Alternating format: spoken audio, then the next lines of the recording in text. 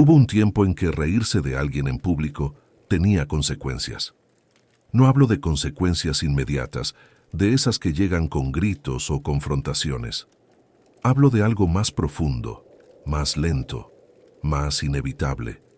Hablo de ese tipo de justicia que no necesita tribunales ni abogados, que no requiere demandas ni sentencias. Una justicia que se cocina en el silencio de la memoria colectiva, en esas conversaciones susurradas en corredores, en esos silencios incómodos cuando un nombre se menciona en una reunión. Porque verás, hay cosas que el mundo no perdona de inmediato, pero tampoco olvida jamás.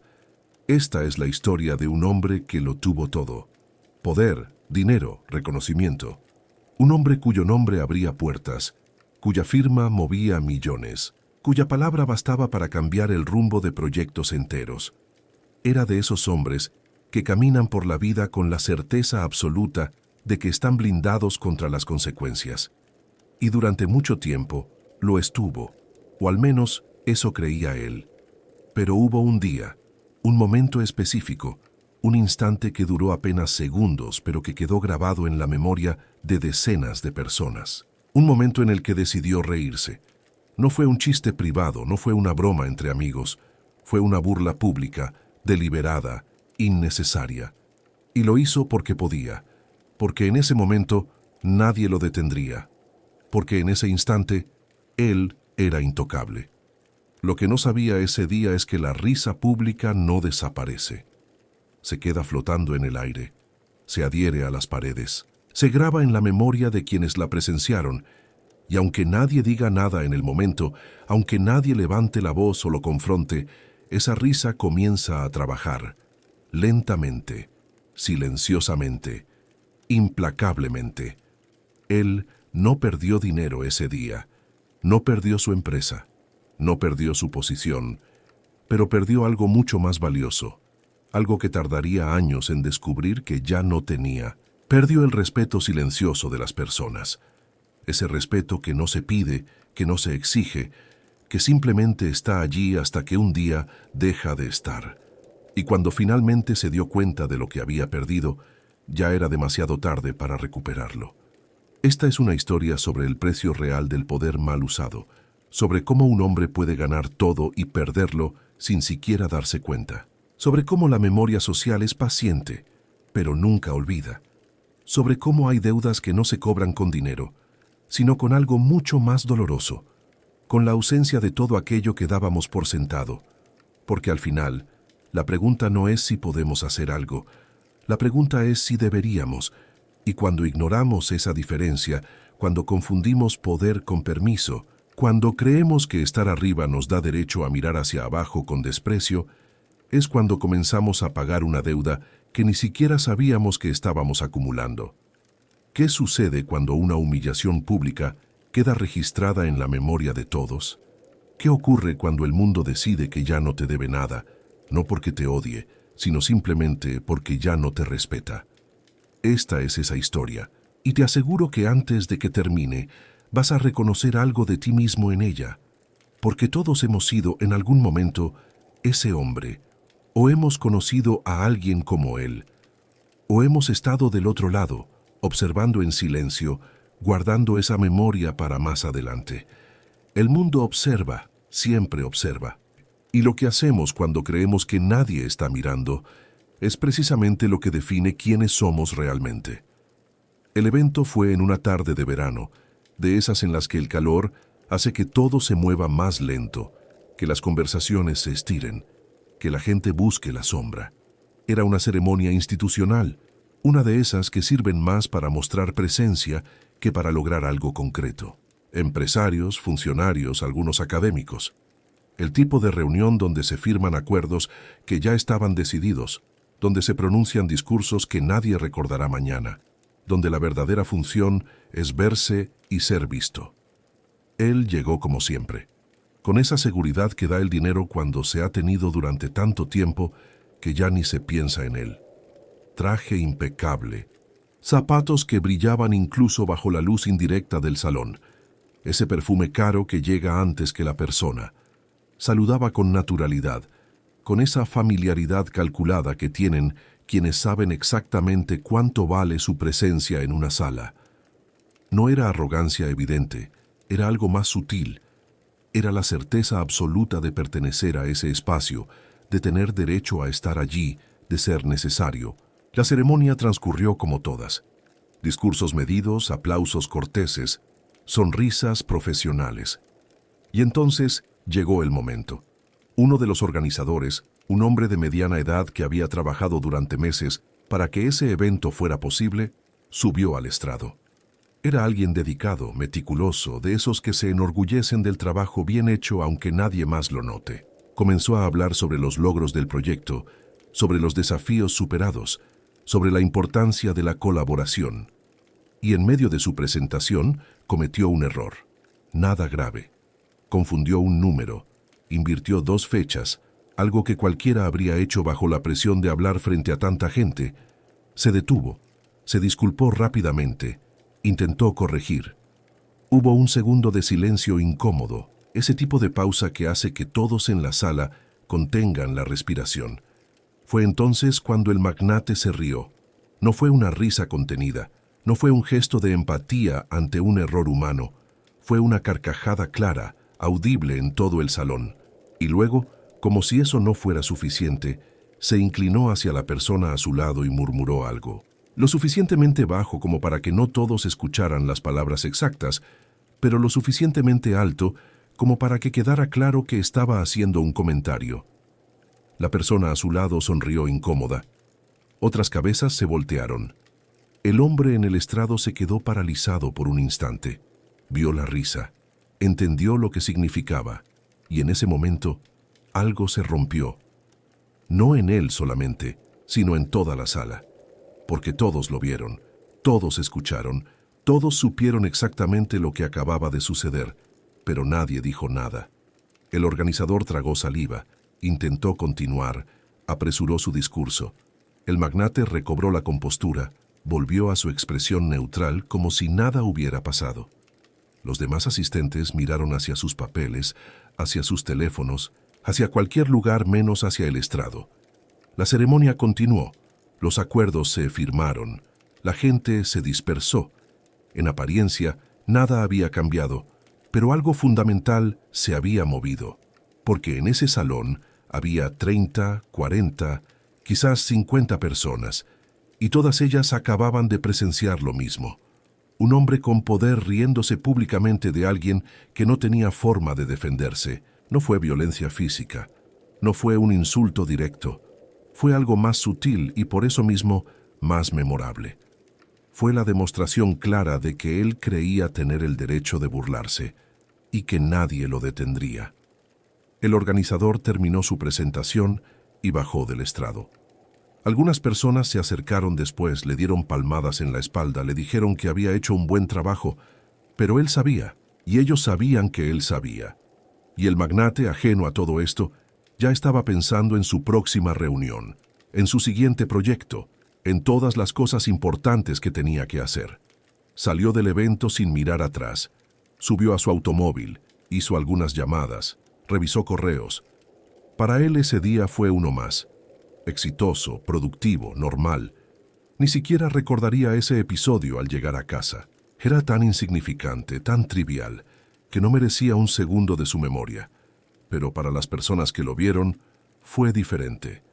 Porque cuando alguien con poder usa ese poder para humillar, incluso de forma pequeña, incluso sin intención real de causar daño, algo queda registrado.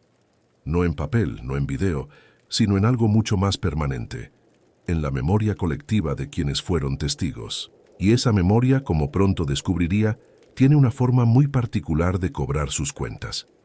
Los días siguientes al evento, las personas que habían estado presentes volvieron a sus vidas, a sus oficinas, a sus casas, a sus rutinas, pero llevaban consigo algo nuevo, una historia, un recuerdo, una imagen mental que no podían sacudirse completamente. Al principio, nadie hablaba del tema directamente. Es curioso cómo funciona esto. Nadie quiere ser el primero en señalar lo que todos vieron, porque hacerlo es arriesgarse a parecer exagerado, resentido, demasiado sensible. Entonces las personas guardaban silencio, cada una procesando lo sucedido a su manera, cada una decidiendo qué significaba ese momento. Pero las conversaciones comenzaron, como siempre comienzan, en los márgenes. Un comentario casual en el almuerzo, una observación de pasada en el pasillo. Alguien mencionaba el evento y otro respondía con una pausa significativa, con una expresión que decía más que las palabras. Y así, lentamente, el episodio comenzó a circular. Lo interesante es que nadie exageraba. No había necesidad. Los hechos eran suficientes. El magnate se había reído, públicamente, de alguien que estaba haciendo su trabajo, y lo había hecho con esa confianza de quien sabe que no enfrentará consecuencias. Eso era todo, pero era suficiente, porque verás, las personas tienen una capacidad extraordinaria para detectar la crueldad innecesaria. Podemos perdonar muchas cosas, errores, torpezas, incluso decisiones equivocadas tomadas bajo presión. Pero lo que no perdonamos fácilmente es la demostración gratuita de poder sobre alguien indefenso. Eso toca algo profundo en nosotros, algo que nos recuerda todas las veces que hemos estado del otro lado, todas las ocasiones en que alguien con más poder que nosotros decidió usarlo para hacernos sentir pequeños. En las semanas siguientes, el nombre del magnate seguía circulando en los mismos círculos de siempre. Seguía siendo invitado a eventos, seguía cerrando negocios, seguía siendo tratado con la deferencia que su posición exigía. Nada había cambiado en la superficie, pero debajo, en esas conversaciones que ocurren cuando él no está presente, algo había comenzado a cambiar. Cuando su nombre surgía, había una pausa imperceptible, una pequeña tensión en el aire. Y luego, inevitablemente, alguien recordaba. No siempre era el episodio específico de ese día. A veces era una anécdota similar de años atrás, algo que esa persona había presenciado o escuchado. Porque cuando caemos de la gracia pública, cuando perdemos ese respeto invisible, de repente todas las pequeñas cosas que la gente había decidido ignorar antes resurgen. Todos esos momentos en los que fuimos menos amables de lo necesario, menos generosos de lo que podíamos ser, menos considerados de lo que deberíamos. Todo eso vuelve. Y así se fue construyendo, conversación tras conversación, recuerdo tras recuerdo, algo que él no podía ver pero que estaba allí. Un tribunal invisible, no un grupo organizado, no una conspiración deliberada. Simplemente la suma de todas esas personas que habían decidido, cada una por su cuenta, que ya no lo veían de la misma manera, que su éxito ya no les parecía tan admirable, que su confianza ya no se leía como seguridad, sino como arrogancia, que su poder ya no inspiraba respeto sino precaución. El juzgamiento social comienza precisamente cuando nadie responde, cuando las personas dejan de confrontar, de objetar, de discutir, cuando simplemente observan, toman nota y siguen adelante. Porque esa ausencia de conflicto no es perdón. Es algo mucho más peligroso. Es desinterés. Y el magnate, ocupado con sus propios asuntos, con sus propios triunfos, no notaba nada de esto. Para él, todo seguía exactamente igual. Las personas seguían sonriendo cuando lo veían, seguían respondiendo sus llamadas, seguían diciendo que sí a sus propuestas. Todo estaba perfectamente normal. Lo que no veía era que esas sonrisas ya no alcanzaban los ojos, que esas llamadas se respondían con cortesía profesional, pero sin entusiasmo real. Que esos síes venían acompañados de reservas mentales, de condiciones no dichas, de una voluntad cada vez menor de hacer ese esfuerzo extra que distingue una colaboración genuina de una transacción fría. Porque el respeto no se pierde de golpe, se erosiona, como el agua que desgasta la piedra, gota a gota, hasta que un día descubrimos que lo que parecía sólido se ha vuelto hueco. Y para cuando nos damos cuenta, ya es demasiado tarde para repararlo. Las personas que lo vieron ese día guardaron su testimonio, no como un arma, no como una venganza en espera, simplemente como una referencia, como una prueba de quién era realmente ese hombre cuando creía que podía hacer lo que quisiera sin consecuencias. Y esa prueba, esa pequeña certeza compartida por docenas de personas, comenzaría a pesar más de lo que cualquiera hubiera imaginado. Mientras tanto, la vida del magnate continuaba su curso ascendente. Su empresa expandía operaciones a nuevas ciudades, sus inversiones multiplicaban su valor, su nombre aparecía en las listas de personas influyentes. Cada nuevo logro reforzaba su convicción de que estaba haciendo todo bien, de que sus métodos eran correctos, de que el mundo le daba la razón. Inauguró nuevas oficinas con ceremonias elegantes. Dio entrevistas donde hablaba sobre su visión empresarial, sobre los desafíos del mercado, sobre la importancia del liderazgo. Sus palabras sonaban bien. Hablaba de valores, de ética, de responsabilidad social. Decía las cosas correctas en el momento correcto, con la convicción de quien cree genuinamente en lo que dice, y quizás en cierto nivel lo creía. Porque es fácil hablar de valores cuando nunca nos hemos visto realmente desafiados a mantenerlos. En una conferencia, habló sobre la importancia de tratar a las personas con dignidad, sobre cómo el verdadero liderazgo no viene del poder, sino del respeto, sobre cómo las organizaciones más exitosas son aquellas donde cada persona se siente valorada. El auditorio aplaudió. Los periodistas tomaron notas. Su equipo de comunicación celebró lo bien que había sonado el discurso.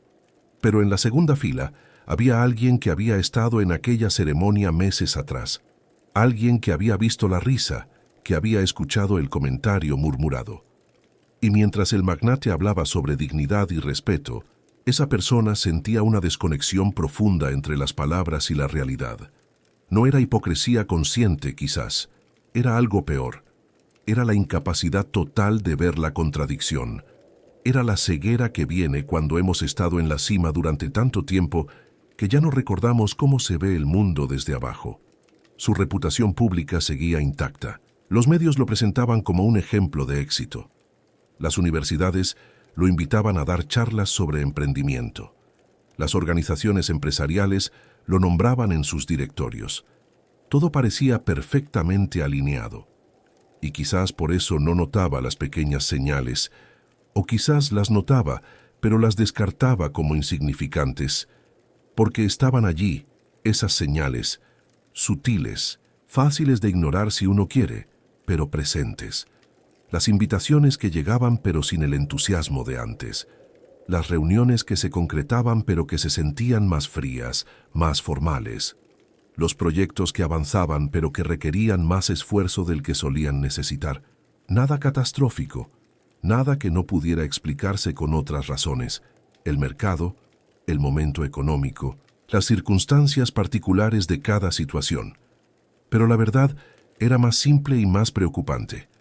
Las personas habían dejado de querer trabajar con él, no porque fuera incompetente, no porque sus proyectos no fueran rentables, sino porque habían decidido que no valía la pena, que el éxito profesional no compensaba tener que interactuar con alguien que, en el fondo, las hacía sentir un poco menos, un poco más pequeñas, un poco más prescindibles. Y esto es lo fascinante de la reputación. No se construye con los grandes gestos públicos, sino con los pequeños momentos privados. Con cómo tratamos a la persona que nos sirve el café. Con cómo respondemos cuando alguien comete un error. Con lo que hacemos cuando creemos que nadie importante está mirando. Porque alguien siempre está mirando. Y alguien siempre recuerda. El magnate seguía hablando de mérito, de trabajo duro, de resultados. Y en cierto modo tenía razón. Había trabajado duro, había logrado resultados, pero estaba empezando a descubrir, aunque aún no lo supiera conscientemente, que el mérito solo te lleva hasta cierto punto. Que después de eso, lo que importa es si las personas quieren que tengas éxito, si están dispuestas a darte el beneficio de la duda cuando las cosas se complican, si van a hacer ese esfuerzo extra para ayudarte cuando lo necesites. Y ese tipo de apoyo no se compra con dinero, ni se exige con poder. Se gana con pequeños actos de decencia acumulados a lo largo del tiempo, con momentos en los que elegimos ser generosos cuando podíamos haber sido crueles, con ocasiones en las que usamos nuestro poder para proteger en lugar de para dominar. Él había perdido eso sin siquiera saberlo, y la vida seguía, aparentemente normal, aparentemente exitosa. Pero algo fundamental había cambiado. El mundo ya no estaba de su lado de la misma manera, y aunque él todavía no lo sentía, pronto lo haría. Para las personas que habían presenciado ese momento, la vida también continuaba, pero ellas llevaban algo consigo. No era resentimiento, no era deseo de venganza, era algo más complejo y más humano. Era memoria y conciencia. La conciencia de que habían visto algo revelador sobre el carácter de alguien y que esa revelación no podía deshacerse. En reuniones posteriores, cuando el nombre del magnate surgía como posible socio o colaborador, había siempre alguien que hacía una pausa, que preguntaba con cuidado, ¿realmente queremos trabajar con él? Y no era necesario explicar por qué se hacía esa pregunta. Los que sabían, sabían. Los que habían estado allí recordaban. Y los que no habían estado, comenzaban a escuchar las historias. Porque así es como funciona la memoria social. No necesita documentos oficiales ni pruebas formales. Se transmite de persona a persona, de conversación en conversación. Alguien que estuvo allí se lo cuenta a alguien que no estuvo, y ese alguien lo comparte con otro. Y pronto más gente sabe de ese episodio que las que realmente lo presenciaron. La historia crece, no en detalles inventados, sino en alcance. Se convierte en referencia, en ejemplo, en advertencia. Cuando organizaciones buscaban líderes para proyectos importantes, su nombre aparecía en las listas. Por supuesto que aparecía. Sus credenciales eran impecables, pero luego, en esas conversaciones internas donde se toman las decisiones reales, alguien mencionaba, «He escuchado cosas», y esas 3 palabras eran suficientes para cambiar el tono de la discusión. No era rechazo inmediato, era precaución, era la sensación de que quizás había opciones más seguras, personas igual de capaces pero sin ese interrogante flotando sobre sus cabezas. El organizador de aquel evento nunca habló públicamente de lo sucedido. No presentó quejas formales, no buscó venganza, no intentó dañar la reputación del magnate. Siguió con su trabajo, con su vida. Pero cuando le preguntaban sobre esa experiencia, sobre qué se sentía trabajar con esa persona, su respuesta era medida, cuidadosa. Y su silencio decía más que las palabras, porque cuando alguien evita alabar donde se esperaría alabanza, cuando alguien es neutral donde se esperaría entusiasmo, esa ausencia comunica volúmenes. Y así, el episodio se convirtió en algo más grande que sí mismo. Ya no era solo sobre ese día específico, sobre esa risa específica. Se convirtió en símbolo, en prueba de un patrón. Cada vez que alguien tenía una experiencia negativa con el magnate, por pequeña que fuera, esa experiencia se conectaba con ese episodio.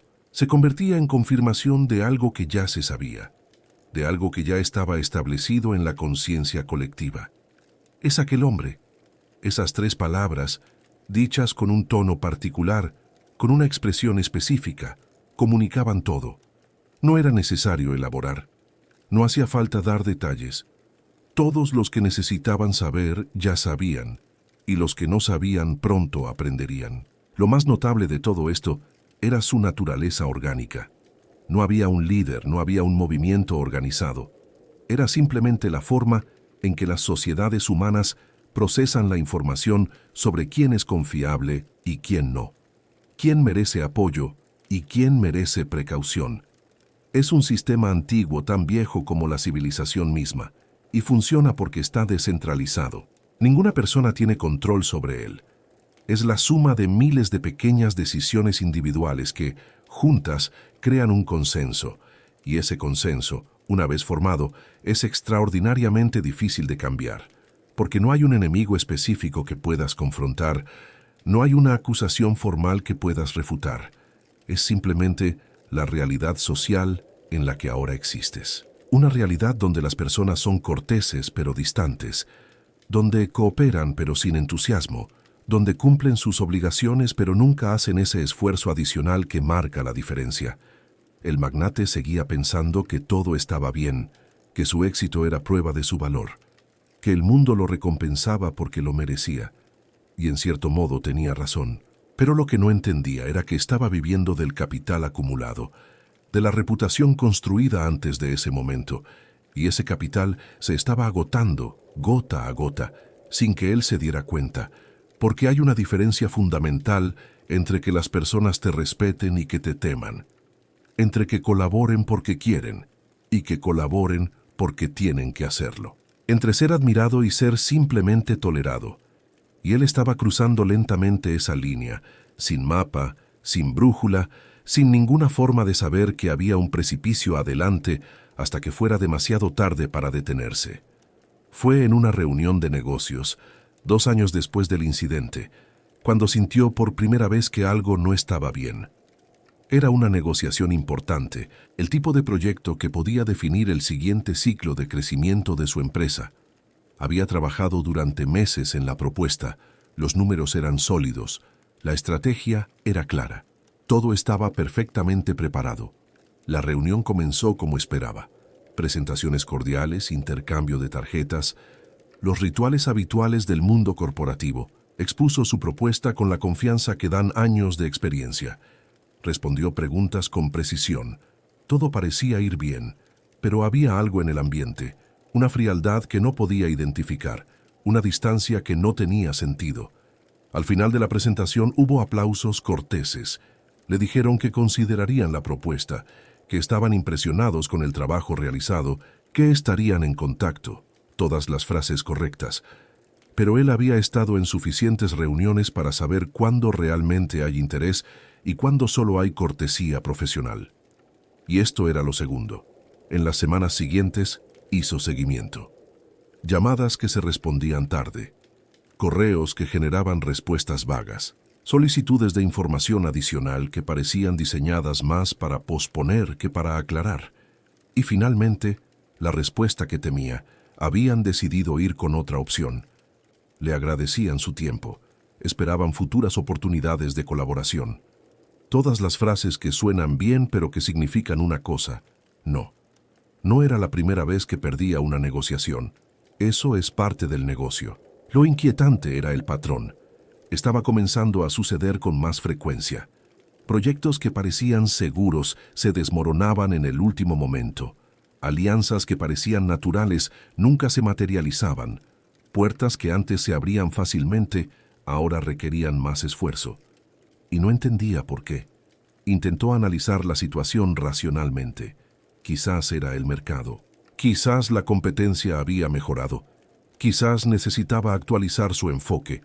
Todas explicaciones razonables. Todas posibles. Ninguna completamente satisfactoria. Porque en el fondo sentía que había algo más. Algo que no podía ver, pero que estaba allí, influyendo en cada interacción, en cada decisión. Comenzó a prestar más atención a las señales sutiles, a cómo las personas reaccionaban cuando entraba a una sala, a los silencios que se formaban cuando su nombre se mencionaba, a las conversaciones que parecían detenerse cuando él se acercaba.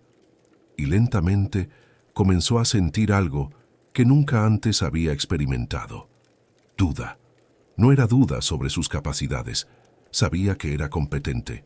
Era duda sobre su lugar, sobre si era bienvenido de la manera que siempre había asumido, sobre si las personas realmente querían trabajar con él o solo lo hacían porque era conveniente. Y esa duda, una vez plantada, comenzó a crecer. Hubo una cena de gala, un evento de networking donde normalmente brillaba. Conocía a la mayoría de los asistentes.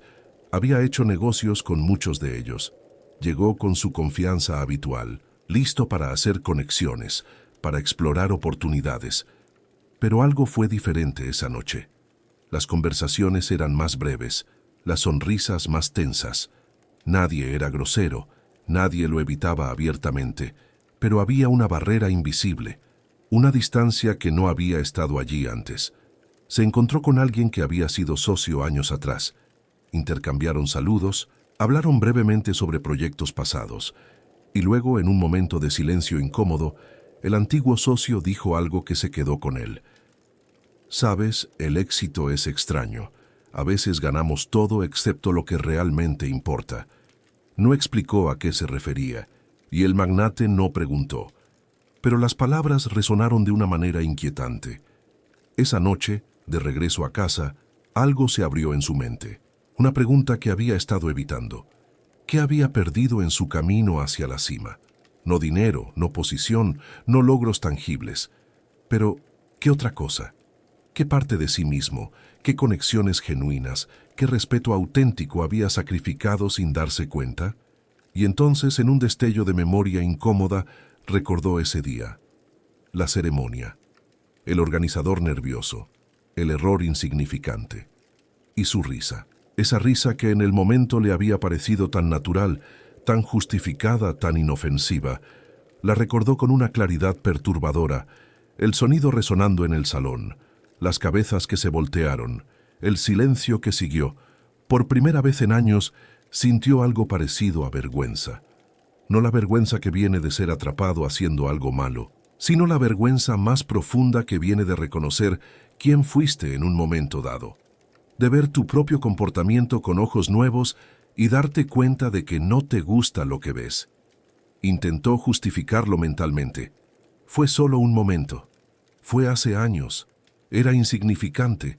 Todos cometemos errores, pero las justificaciones sonaban huecas incluso en su propia mente, porque sabía, con esa certeza que no necesita pruebas, que ese momento había significado algo, que había revelado algo sobre él, y que otras personas lo habían visto. Las piezas comenzaron a encajar, las oportunidades perdidas, la frialdad creciente, el cambio sutil en cómo las personas respondían a su presencia. No era paranoia, era real, y tenía una causa, y esa causa era él mismo. Era quien había demostrado ser en momentos donde creía que podía actuar sin consecuencias. La realización fue como un golpe físico.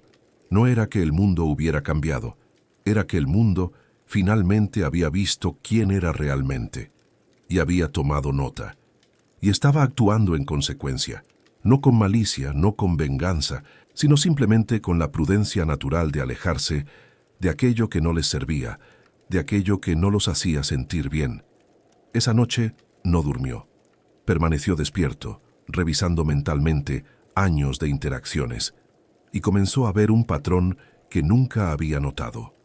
Todos esos momentos pequeños donde había elegido el poder sobre la bondad, donde había priorizado tener razón sobre ser amable, donde había usado su posición para ganar argumentos en lugar de construir relaciones. No eran muchos momentos, quizás uno cada pocos meses, quizás incluso menos, pero eran suficientes, porque en el mundo de la reputación no importa cuántas veces hagas las cosas bien, si las veces que las haces mal son memorables. Un solo acto de crueldad innecesaria puede borrar años de comportamiento correcto, porque ese acto revela la verdad, muestra quiénes somos cuando creemos que podemos salir impunes. Y él había creído que podía salir impune durante años, y técnicamente había salido impune, si por eso entendemos ausencia de castigo formal. No había perdido su empresa, no había sido demandado, no había aparecido en escándalos públicos, pero había perdido algo más valioso que todo eso. Había perdido el derecho a ser visto con buenos ojos. Había perdido el beneficio de la duda. Había perdido esa gracia social que hace que las personas quieran que tengas éxito. La vergüenza que sentía esa noche no venía de afuera, sino de adentro.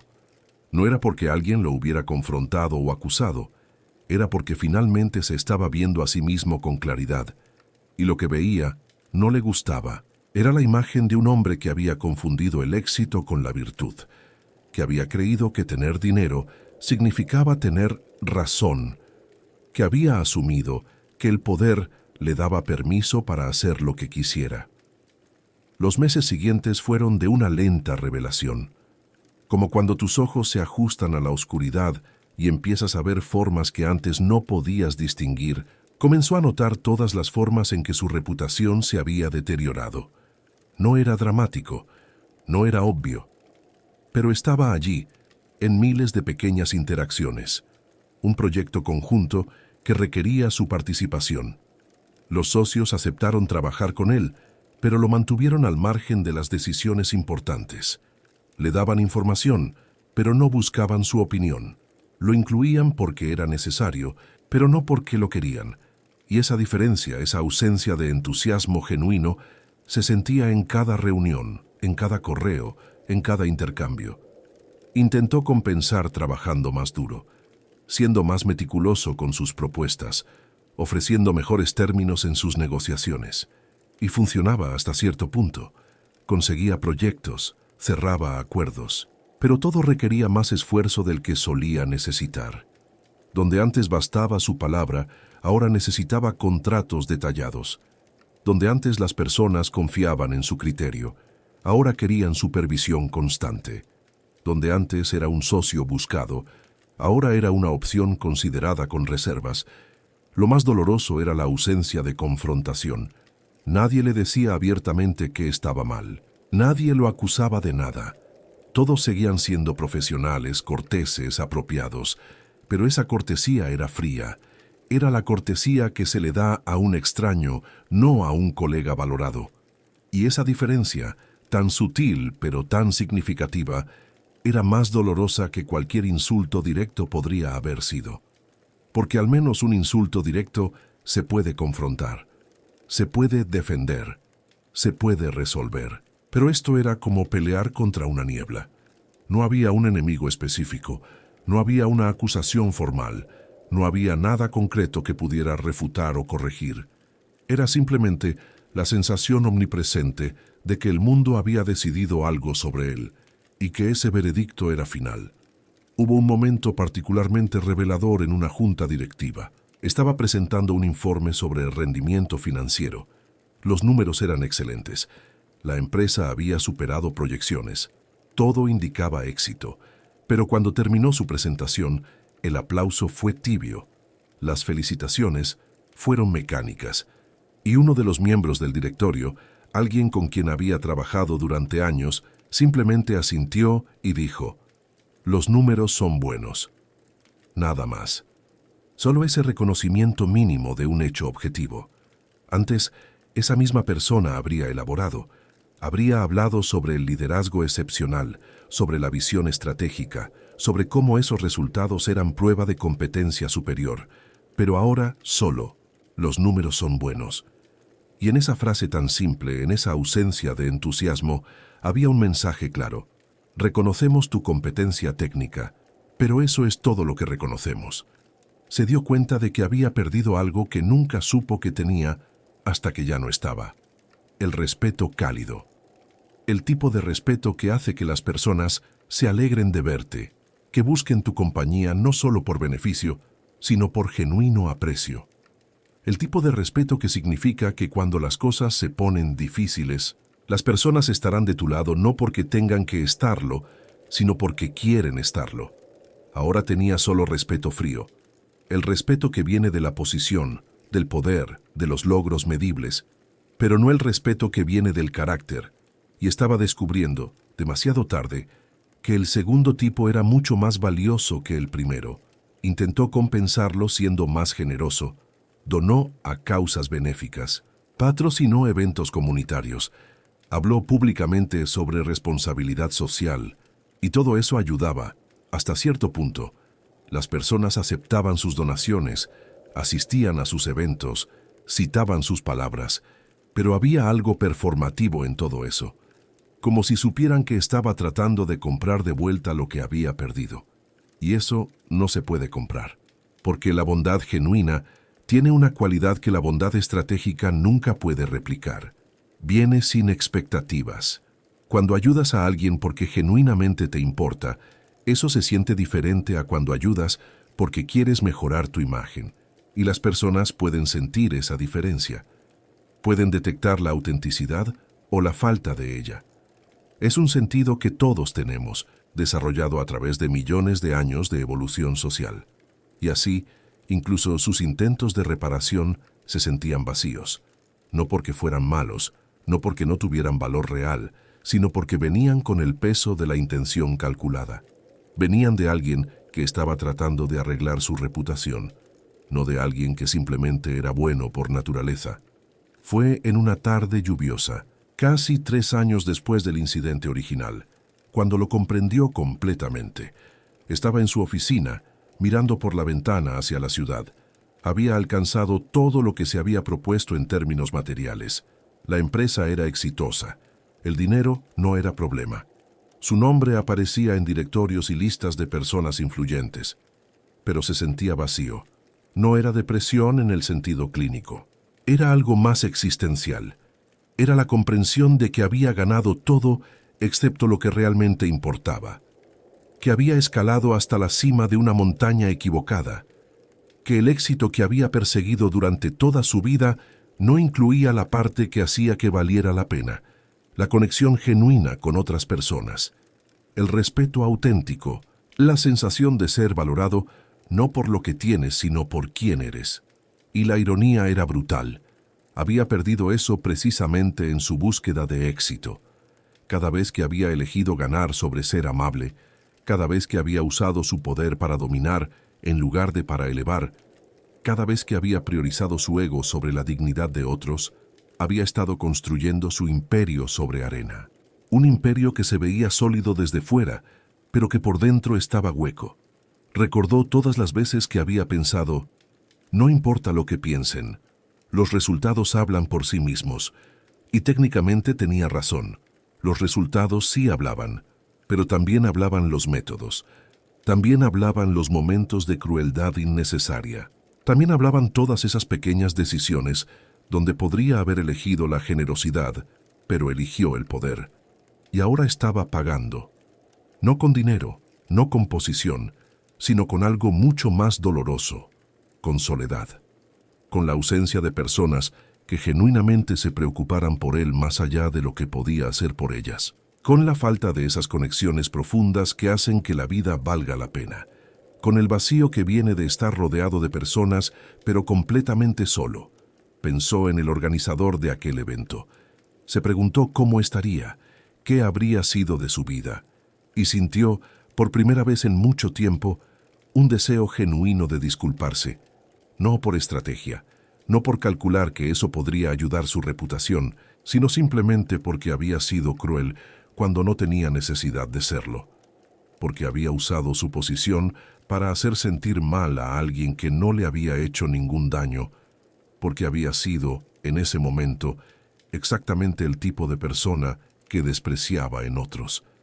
Pero ¿cómo te disculpas por algo que sucedió hace años? ¿Cómo arreglas un daño que se ha multiplicado a través del tiempo, que se ha convertido en símbolo, que ha informado la percepción de docenas de personas? ¿Cómo reconstruyes una reputación que se deterioró no por un gran escándalo, sino por la acumulación de pequeños actos de desconsideración? No había respuestas fáciles, y esa era quizás la lección más dura. Algunas cosas, una vez rotas, no se pueden reparar completamente. Puedes intentarlo, puedes hacer el esfuerzo, pero nunca será exactamente como era antes. Siempre quedará la marca, la cicatriz, la memoria de lo que fue. Lo que sí podía hacer era cambiar hacia adelante. Podía decidir que, a partir de ese momento, sería diferente. No para recuperar lo perdido, porque eso quizás era imposible, sino simplemente porque era lo correcto. Porque el tipo de persona que quería ser, el tipo de persona que debería haber sido siempre, no necesitaba un incentivo para ser amable. No necesitaba calcular el beneficio de tratar bien a las personas. Simplemente lo hacía porque esa era la forma correcta de vivir. Pero incluso esa resolución venía con la comprensión dolorosa de que el cambio genuino es difícil, que los patrones de comportamiento establecidos durante décadas no desaparecen con una simple decisión, que tendría que trabajar constantemente para ser mejor de lo que había sido, y que incluso entonces, incluso si lograba cambiar completamente, muchas personas nunca lo verían, porque su imagen de él ya estaba formada, y esa imagen, cristalizada en ese momento de risa pública hace años, era lo que seguirían viendo. Decidió buscar al organizador. No fue fácil encontrarlo. Habían pasado años. Las personas cambian de trabajos, de ciudades, de vidas, pero eventualmente, a través de contactos y búsquedas, consiguió un correo electrónico, una forma de contacto. Escribió el mensaje, lo borró, lo reescribió, lo borró de nuevo. ¿Cómo empiezas una disculpa después de tanto tiempo? ¿Cómo explicas que finalmente entendiste algo que debiste haber entendido inmediatamente? ¿Cómo pides perdón cuando sabes que las palabras son insuficientes, que el daño ya está hecho, que el tiempo no se puede revertir? Finalmente escribió algo simple. Sé que han pasado años. Sé que esto llega tarde, pero quiero que sepas que lo que hice ese día estuvo mal. No tengo excusa. Solo quería que supieras que lo entiendo ahora y que lo lamento. Envió el mensaje sin pensar demasiado. Si lo pensaba más, nunca lo enviaría. Esperó. Días, semanas. Parte de él esperaba que el mensaje nunca fuera respondido, que esa ausencia de respuesta fuera el castigo apropiado, que tuviera que vivir con la incertidumbre de no saber si la disculpa había llegado, si había significado algo, si había hecho alguna diferencia. Pero eventualmente llegó una respuesta, corta, medida. Aprecio que te hayas tomado el tiempo de escribir. Fue hace mucho tiempo. La vida sigue. Éxito en tus proyectos. No era perdón explícito, pero tampoco era rechazo total. Era reconocimiento. Era la confirmación de que sí, el evento había sucedido. Sí, había significado algo. Y sí, el tiempo había pasado. No era lo que el magnate esperaba o quería, pero era honesto. Y en cierta forma esa honestidad era más valiosa que un perdón vacío.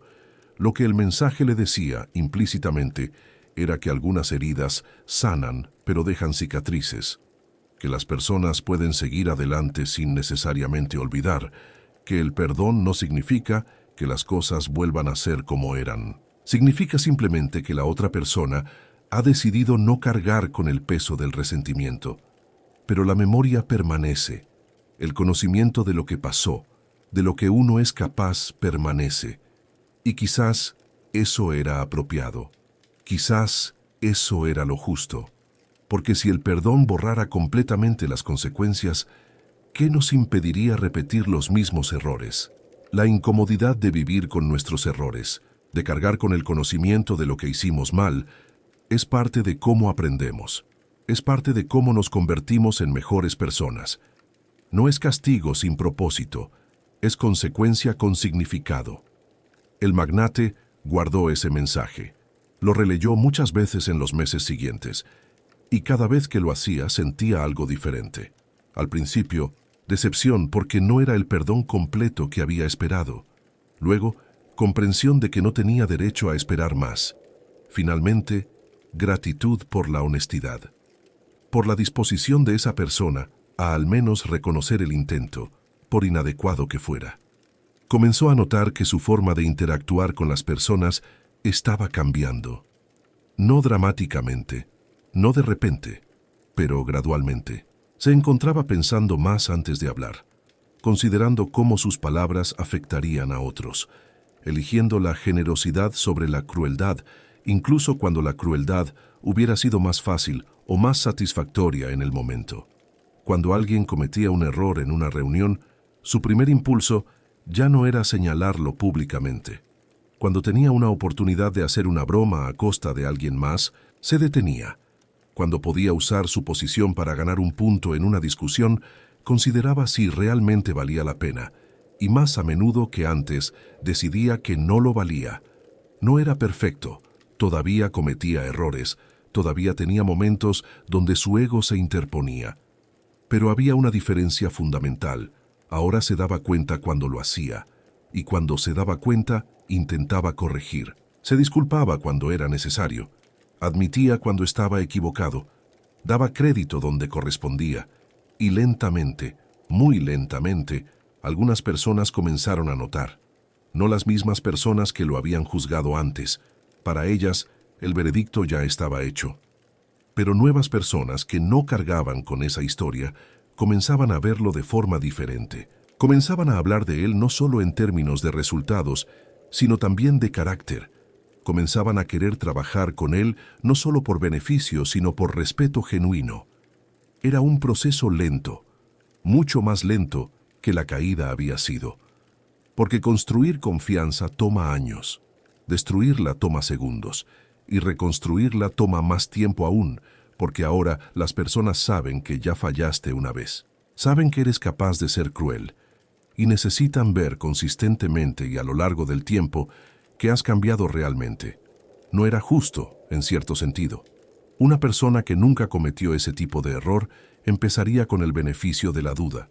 Pero él tenía que ganarse cada gramo de confianza. Tenía que probar una y otra vez que el cambio era real, que no era performance, que no era estrategia, que era genuino. Pero quizás eso también era apropiado. Quizás esas eran las reglas correctas, porque si fuera fácil recuperar la confianza después de romperla, no valdría tanto. Si el perdón viniera sin esfuerzo, sin demostración real de cambio, sería vacío. El proceso difícil, el camino largo, era lo que le daba significado. 5 años después del incidente original, estaba en otra ceremonia, similar en muchos aspectos a aquella primera. Empresarios, funcionarios, discursos, aplausos corteses. Pero él era diferente ahora, más callado, más observador, menos seguro de que merecía estar allí. Un joven profesional subió al estrado, claramente nervioso. Comenzó su presentación y, como había sucedido antes, cometió un error. Confundió un dato. Se detuvo, claramente mortificado. El salón se quedó en silencio. Y en ese momento, el magnate sintió el impulso. Ese impulso familiar de reír, de hacer un comentario, de usar ese momento de debilidad de otro para sentirse superior. Pero esta vez se detuvo, recordó. Sintió de nuevo la vergüenza de aquella otra vez. Vio en ese joven nervioso al organizador de años atrás, y en lugar de reír, hizo algo diferente. Cuando el joven intentó continuar, visiblemente alterado, el magnate comenzó a aplaudir. Suavemente al principio, y otros siguieron. No fue un aplauso de lástima, fue un aplauso de apoyo, de reconocimiento de que todos cometemos errores, de que el valor está en continuar a pesar de ellos.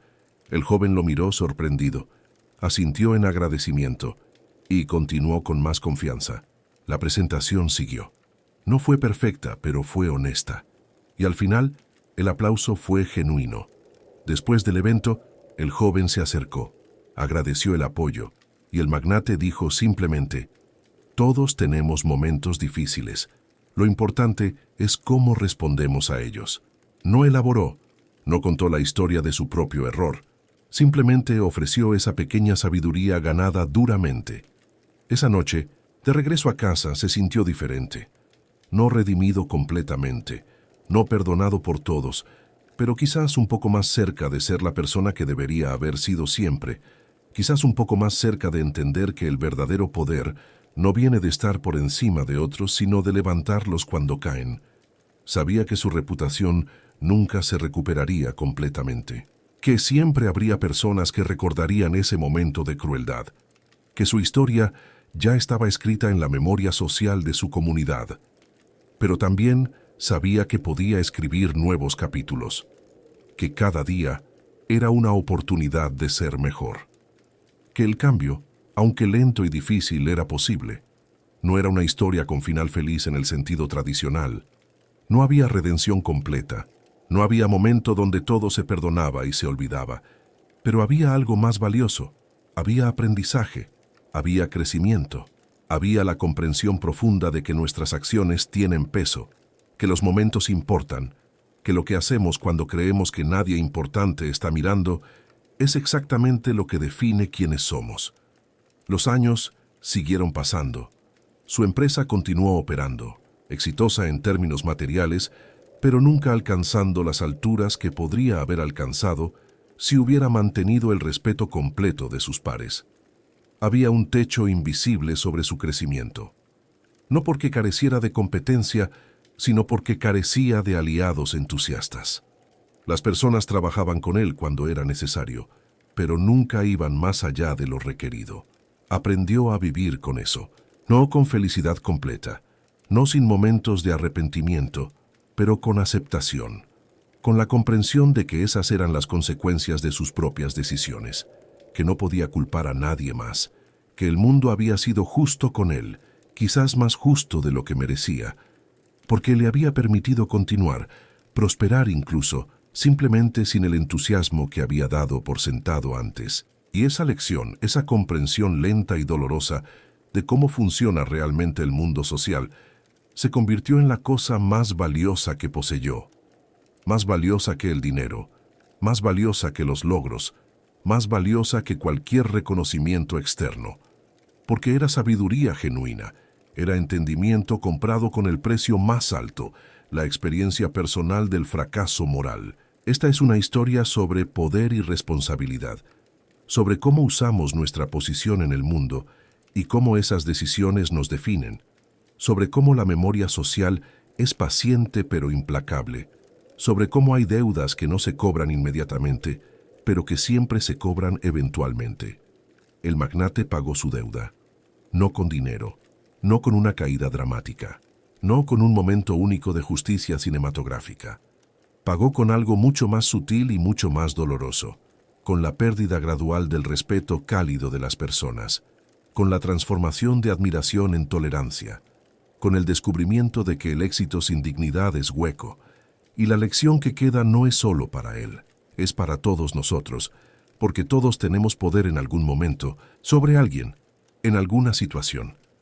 Todos tenemos oportunidades de ser crueles cuando podríamos ser amables. Todos enfrentamos esa elección entre usar nuestro poder para dominar o para elevar. La pregunta no es si tendremos esas oportunidades. Las tendremos. La pregunta es qué haremos con ellas, qué elegiremos cuando creamos que nadie importante está mirando. Porque alguien siempre está mirando, y alguien siempre recordará. El poder de una palabra mal dicha, de una risa en el momento equivocado, de un gesto de desprecio innecesario, es inmenso. No porque cause daño inmediato mensurable, sino porque revela carácter. Y una vez que el carácter se revela, una vez que las personas ven quién eres realmente, no pueden dejar de verlo. Esa imagen se fija en sus mentes, se convierte en la lente a través de la cual interpretan todo lo demás que haces. Y si esa imagen es de alguien que usa su poder para humillar, esa imagen te perseguirá. No con gritos ni confrontaciones, sino con silencios, con ausencias, con puertas que no se abren, con oportunidades que se desvanecen, con el frío que viene cuando el mundo decide que ya no te debe su entusiasmo. El peso de lo público es real. Cuando hacemos algo frente a otros, no solo afectamos a la persona directamente involucrada, afectamos a todos los que lo presencian. Les damos información sobre quiénes somos. Les damos razones para confiar o desconfiar. Les damos motivos para apoyarnos o apartarse, y esa información se acumula. Cada pequeño acto de crueldad, cada momento de poder mal usado, cada ocasión donde elegimos nuestro ego sobre la dignidad de otros, se suma. Y eventualmente, el total de esa suma se convierte en nuestra reputación real. No la reputación que intentamos construir con relaciones públicas y marketing, sino la reputación que se forma orgánicamente en las mentes de las personas que nos han observado cuando no estábamos actuando. Esa es la reputación que importa. Esa es la que determina quién realmente está de nuestro lado cuando las cosas se complican. Esa es la que decide si prosperamos con apoyo entusiasta o si simplemente sobrevivimos con cumplimiento mínimo. Hay una última parte de esta historia que necesita ser contada.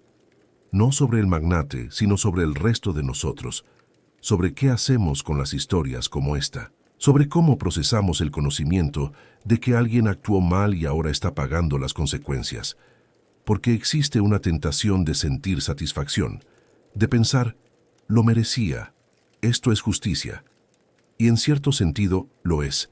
Las consecuencias son apropiadas. El balance se está restaurando, pero si nos quedamos solo con la satisfacción, perdemos la lección real. La lección no es que los malos son castigados. La lección es que todos somos capaces de ser ese malo, que todos tenemos momentos donde el poder nos tienta, donde creemos que podemos salir impunes de un pequeño acto de crueldad, donde pensamos que nadie importante está mirando, o que si están mirando no les importará. Y la verdad incómoda es que a menudo tenemos razón en el corto plazo. A menudo sí salimos impunes. A menudo las personas no dicen nada, pero eso no significa que no importe. Significa solo que las consecuencias son lentas, que la justicia social opera en escalas de tiempo más largas de lo que esperamos. Entonces, la pregunta real no es ¿qué le pasó a ese magnate? La pregunta real es ¿qué haré yo la próxima vez que tenga poder sobre alguien? Cuando tenga la oportunidad de reírme de un error, de hacer un comentario cruel, de usar mi posición para hacer sentir pequeño a alguien, ¿qué elegiré? Porque esa elección, repetida miles de veces a lo largo de una vida, es lo que determina quiénes somos realmente. No nuestros logros, no nuestro dinero, no nuestros títulos, sino cómo tratamos a las personas cuando creemos que podemos tratarlas mal, sin consecuencias. Y la verdad es que nunca podemos. Siempre hay consecuencias. Simplemente tardan en llegar. Y cuando llegan, no vienen con advertencia, no vienen con oportunidad de defenderse. Simplemente están allí, instaladas en la forma en que el mundo responde a nosotros, en la frialdad de relaciones que solían ser cálidas, en la ausencia de apoyo que solíamos dar por sentado. El riso público no desaparece, se graba en la memoria de cada persona que lo escuchó. Y esa memoria se comparte, se transmite, se convierte en parte del tejido social de una comunidad. No con malicia necesariamente, simplemente como información, como datos sobre quién es confiable y quién no. Quién merece apoyo entusiasta y quién merece solo cumplimiento mínimo. Y nosotros, como sociedad, tomamos esa información y actuamos en consecuencia, no con planes elaborados de venganza, no con juicios formales, simplemente con las miles de pequeñas decisiones que tomamos cada día sobre con quién queremos trabajar, a quién queremos apoyar, en quién queremos invertir nuestro tiempo y energía limitados. Esas decisiones se suman y con el tiempo crean realidades, crean carreras que prosperan o se estancan, crean relaciones que florecen o se marchitan, crean vidas que se sienten conectadas o aisladas. El magnate de esta historia aprendió eso de la manera más dura. Tuvo que vivir a través de años de consecuencias lentas para entender algo que podría haber entendido en un momento de reflexión. Tuvo que perder respeto que tardó décadas en construir para valorar lo que tenía. Pero su historia no tiene que ser única. No tiene que ser la excepción. Puede ser la advertencia que todos necesitamos.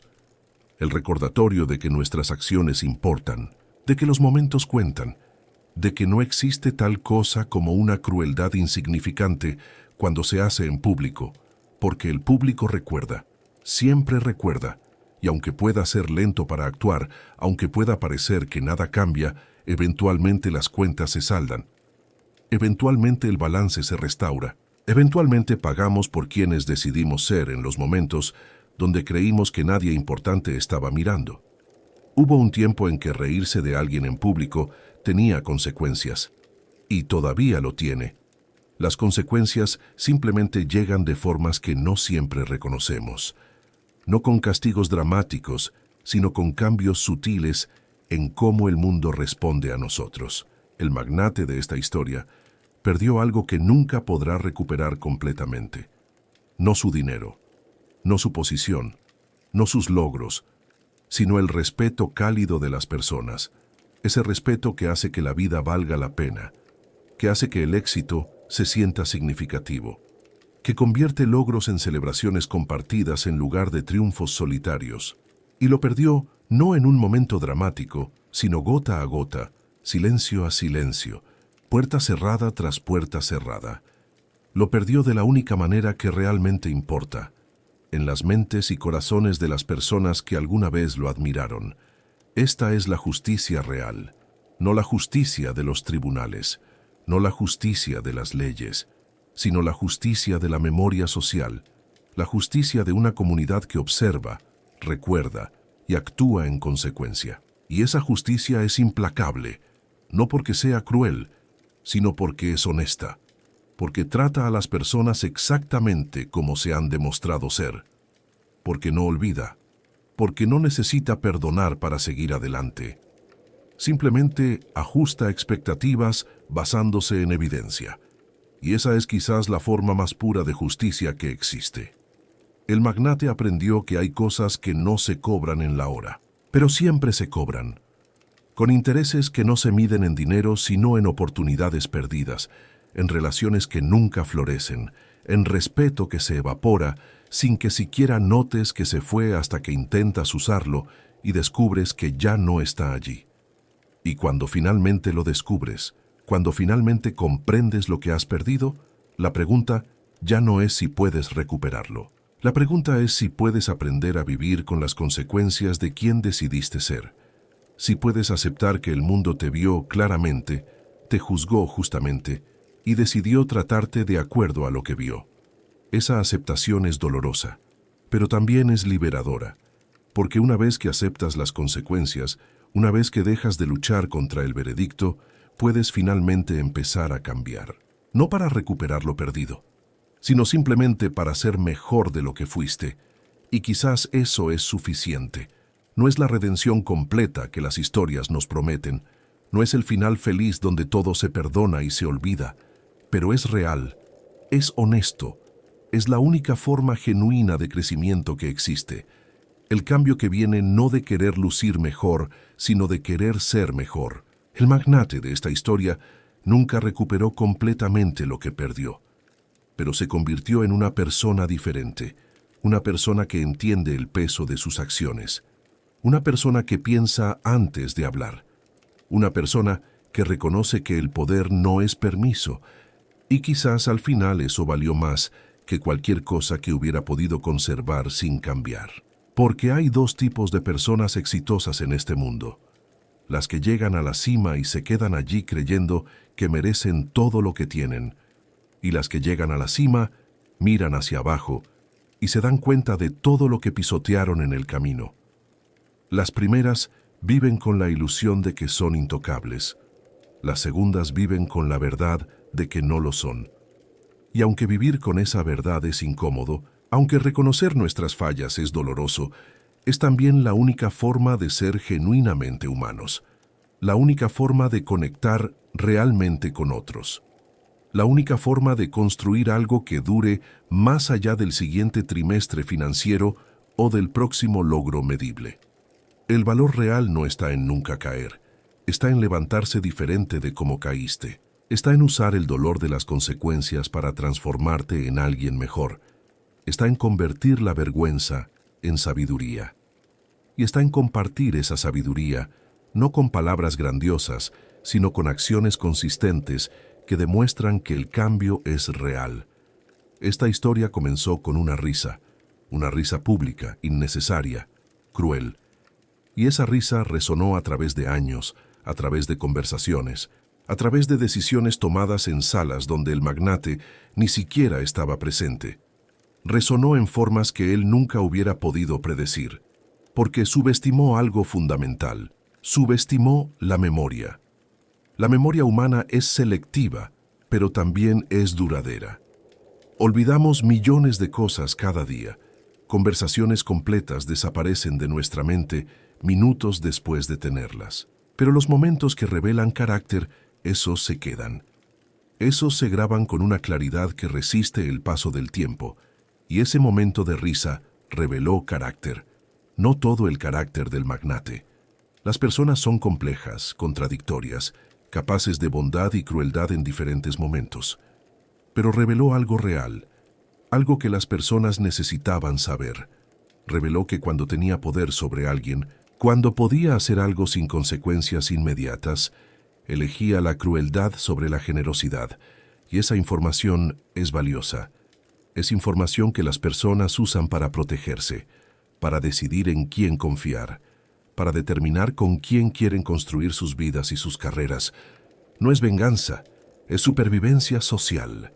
Es la forma en que los humanos hemos navegado sociedades complejas durante milenios. El magnate lo pagó. No todo de una vez, no con una caída dramática que pudiera señalar y decir, ahí está, ese fue el precio, sino poco a poco, en 1000 pequeñas formas, en oportunidades que no llegaron, en sonrisas que no alcanzaron los ojos, en entusiasmo que se convirtió en obligación, el respeto que se enfrió hasta convertirse en cortesía vacía. Pagó con la soledad de estar rodeado de personas que nunca lo verían realmente, con el vacío de logros que nadie celebraba con verdadera alegría, con la ausencia de esas conexiones profundas que hacen que la vida humana tenga significado más allá de la acumulación de cosas. Y quizás, al final, ese fue el precio justo. No porque disfrutemos del sufrimiento de otros, sino porque las consecuencias deben ser proporcionales a las acciones. Y cuando usas tu poder para hacer sentir pequeño a alguien indefenso, cuando lo haces públicamente y sin remordimiento, entonces es justo que pierdas el apoyo público de quienes lo presenciaron. No es crueldad, es simetría. Es el mundo funcionando como debe funcionar. Es la forma en que las sociedades se autorregulan sin necesidad de leyes escritas, a través de memoria, a través de reputación, a través de decisiones individuales que, sumadas, crean consecuencias colectivas. La lección que queda, la lección que todos debemos llevar de esta historia, no es complicada. Es simple, casi dolorosamente simple. Pero la simplicidad no la hace menos importante. Trata a las personas con dignidad, no porque sea estratégicamente ventajoso, no porque alguien esté mirando, no porque esperes recompensa, sino simplemente porque es lo correcto, porque cada persona que encuentras está luchando batallas que no conoces, porque el poder que tienes sobre otros no te da derecho a usarlo, porque un momento de crueldad puede resonar durante años en formas que nunca imaginarás. Y cuando cometas errores, porque los cometerás, reconócelos, rápidamente, sinceramente, sin excusas, porque la diferencia entre un error que puede perdonarse y uno que definirá tu reputación para siempre no está en la magnitud del error, sino en cómo respondes a él. Si puedes decir lo siento en el momento, si puedes admitir que estuviste mal cuando estuviste mal, si puedes mostrar que valoras la dignidad de otros más que tu propio ego, entonces la mayoría de las personas te dará otra oportunidad, porque entienden que todos somos humanos, que todos fallamos, que la perfección no es posible ni esperada. Pero si dejas pasar el momento, si dejas que el error se asiente en la memoria, sin reconocimiento ni arrepentimiento, entonces se convierte en algo más. Se convierte en declaración de quién eres. Se convierte en evidencia de que no te importó. Y esa evidencia es lo que las personas recordarán, es lo que compartirán, es lo que usarán para tomar decisiones sobre ti durante años. El magnate esperó demasiado, y por eso, incluso su eventual disculpa, aunque sincera, no pudo deshacer el daño completamente. Porque para entonces, el episodio ya no era solo sobre ese momento. Era sobre 3 años de no disculparse, de no reconocer, de no mostrar que importaba. Y esa ausencia decía tanto como la risa original. Entonces aprende de su error. No cometas el tuyo. Cuando uses tu poder de forma equivocada, cuando lastimes a alguien innecesariamente, cuando dejes que tu ego dirija tus acciones, detente. Reconócelo. Corrígelo. Inmediatamente. Porque cada día que pasa sin reconocimiento es otro día que el episodio se solidifica en memoria. Otro día que se convierte en definición en lugar de excepción. Y si ya cometiste ese error, si ya hay algo en tu pasado que sabes que estuvo mal, si hay alguien a quien lastimaste y nunca reconociste, no es demasiado tarde para intentarlo. Puede ser demasiado tarde para arreglar completamente, pero no es demasiado tarde para intentar, para mostrar que finalmente entendiste, para demostrar que el cambio es posible. Las personas aprecian el esfuerzo genuino. Pueden no perdonar completamente, pueden no olvidar, pero respetarán el intento. Y ese respeto, aunque más frío que la admiración que podrías haber tenido, es mejor que la alternativa. Es mejor que vivir con el conocimiento de que nunca lo intentaste, de que el orgullo te impidió hacer lo correcto. Hay una escena final que necesita ser contada. Una escena que ocurrió casi una década después de la risa original. El magnate, ahora considerablemente mayor, considerablemente más sabio, estaba en otro evento, y alguien en el público hizo una pregunta. La pregunta era simple: ¿cuál ha sido su mayor aprendizaje en todos estos años de negocios? Podría haber hablado sobre estrategia, sobre mercados, sobre finanzas, sobre todas las lecciones técnicas que había aprendido. Y por un momento consideró hacerlo, porque esas respuestas son seguras, son profesionales, son lo que se espera. Pero algo en él, algo que había crecido a través de años de consecuencias y reflexión, decidió ser honesto, verdaderamente honesto. Por primera vez en público en mucho tiempo, tomó un respiro y dijo: el mayor aprendizaje es que el carácter importa más que la competencia. Que cómo tratas a las personas cuando crees que nadie importante está mirando es exactamente lo que define quién eres, y que algunas deudas no se pagan con dinero, sino con años de tu vida viviendo con las consecuencias de haber sido menos de lo que deberías haber sido. El salón se quedó en silencio. No era el tipo de respuesta que esperaban. Era demasiado personal, demasiado vulnerable, demasiado honesta. Continuó: cometí errores. Usé poder cuando debía haber usado compasión. Me reí cuando debía haber mostrado respeto. Y pagué por eso. No inmediatamente, no de formas obvias, pero pagué. Y la cuenta fue más alta de lo que jamás imaginé. Hizo una pausa, miró al público y vio en algunos rostros reconocimiento. Vio personas que sabían exactamente de qué estaba hablando. Algunas porque habían estado allí ese día, otras porque habían escuchado la historia, otras porque habían vivido algo similar, ya sea como el magnate o como la persona al otro lado de la risa. Lo que quiero que entiendan, dijo finalmente, es que el éxito sin respeto es vacío, que pueden ganar todo y perder lo que realmente importa. Que hay una diferencia entre que las personas trabajen con ustedes porque tienen que hacerlo y que quieran hacerlo, y que esa diferencia determinará no solo qué tan exitosos son, sino qué tan significativa es su vida. No hubo aplauso inmediato. Las personas estaban procesando. Estaban considerando sus propias vidas, sus propios errores, sus propias oportunidades de elegir diferente. Y luego, lentamente comenzó el aplauso. No fue el aplauso cortés de costumbre, fue algo diferente, fue respeto, no por lo que había logrado, sino por su disposición a admitir lo que había perdido, por su honestidad sobre el costo real del poder mal usado. Esa noche, varias personas se acercaron después, no para hablar de negocios, sino para compartir sus propias historias, sus propios momentos de haber sido crueles cuando pudieron haber sido amables, sus propios arrepentimientos, sus propios aprendizajes. Y en esas conversaciones, el magnate sintió algo que no había sentido en años: conexión genuina, no basada en lo que podía hacer por ellos, no basada en su posición o su poder, sino basada en humanidad compartida, en vulnerabilidad mutua, en el reconocimiento de que todos luchamos con estas mismas cosas, que todos cometemos errores, que todos tenemos que decidir, una y otra vez, qué tipo de personas queremos ser. Esa conexión no deshizo el pasado, no recuperó todo lo perdido, pero ofreció algo nuevo, algo que no había tenido en mucho tiempo: la posibilidad de relaciones basadas en verdad en lugar de en imagen, la posibilidad de ser conocido no por sus logros, sino por su carácter. Y el carácter, descubrió, puede crecer incluso después de años de haberlo descuidado. No es demasiado tarde. Ese fue el mensaje implícito de esa noche. No es demasiado tarde para cambiar. No es demasiado tarde para ser mejor.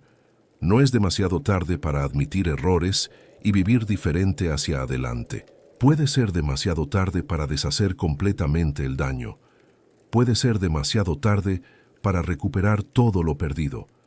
Pero no es demasiado tarde para dejar de acumular más deuda, para empezar a pagar lo que se debe, para demostrar con acciones consistentes a lo largo del tiempo que el cambio es real, y eso al final es lo más que cualquiera de nosotros puede hacer. Reconocer nuestros errores, aceptar las consecuencias, trabajar para ser mejor, y confiar en que con el tiempo, con esfuerzo genuino, con humildad real, podemos construir algo nuevo sobre las ruinas de lo que destruimos. No será lo mismo, nunca será lo mismo, pero puede ser genuino, puede ser honesto, puede ser suficiente para vivir con nosotros mismos. Y al final, esa es la única aprobación que realmente necesitamos. Entonces, esta historia termina no con justicia completa ni con redención total. Termina con algo más realista y más valioso, con comprensión, con el reconocimiento de que nuestras acciones tienen peso, que las palabras importan, que los momentos cuentan, que el poder no es permiso, que la memoria es larga, que las consecuencias son reales. Termina con la invitación a todos nosotros de mirar nuestras propias vidas, nuestros propios momentos de poder, nuestras propias decisiones sobre cómo tratar a las personas cuando creemos que podemos tratarlas mal sin costo, y termina con una pregunta. ¿Qué harás tú cuando tengas poder sobre alguien? Cuando puedas reírte sin consecuencias inmediatas, cuando nadie te detenga, ¿qué elegirás? Porque esa elección, repetida miles de veces, es lo que determinará no solo qué tan exitoso eres, sino quién eres. No solo cómo te ve el mundo, sino cómo te ves a ti mismo cuando estás solo con tus pensamientos y no puedes escapar de tu propia memoria. Elige sabiamente, porque hay cosas que no se cobran en la hora, pero siempre se cobran, con intereses que no puedes calcular, en formas que no puedes predecir, a través de años que no puedes recuperar. El mundo observa, siempre observa, y lo que ve queda grabado, y lo grabado se comparte, y lo compartido se convierte en tu reputación real, no la que intentas construir, sino la que se forma orgánicamente en las mentes de las personas que te han visto cuando no estabas actuando. Esa es la reputación que importa, esa es la que te acompañará. Esa es la que determinará al final si viviste una vida significativa o simplemente una vida exitosa. Y hay una diferencia enorme entre las dos. El magnate aprendió esa diferencia, de la manera más dura, a través de años, a través de pérdidas que solo se ven en retrospectiva, a través del dolor lento de darte cuenta de que ganaste todo excepto lo que realmente importaba. No cometas su error. No aprendas esta lección tan tarde. No pagues ese precio. Simplemente trata a las personas con dignidad. Usa tu poder para elevar, no para dominar. Elige la generosidad sobre la crueldad. Elige la humildad sobre el ego. Elige ser recordado como alguien bueno, en lugar de simplemente alguien exitoso. Porque al final, cuando estés viejo y mires atrás, los números no importarán tanto como creías. Los logros se desvanecerán en irrelevancia. Pero las relaciones que construiste, las personas que ayudaste, los momentos en que elegiste ser mejor de lo que tenías que ser, esos permanecerán. Esos te acompañarán. Esos definirán si viviste bien. Hubo un tiempo en que reírse de alguien en público tenía consecuencias, y todavía lo tiene. Siempre lo tendrá, porque la memoria es larga, y la justicia, aunque lenta, es inevitable. Y el precio de la crueldad, aunque no se cobre inmediatamente, siempre se paga, con intereses, en formas que nunca esperamos, a través de años que nunca recuperamos. Esa es la verdad, simple, dura, inevitable. Y la única pregunta que queda es si aprenderemos de la historia de otros o si necesitaremos vivir nuestra propia versión antes de entender. La elección, como siempre, es nuestra.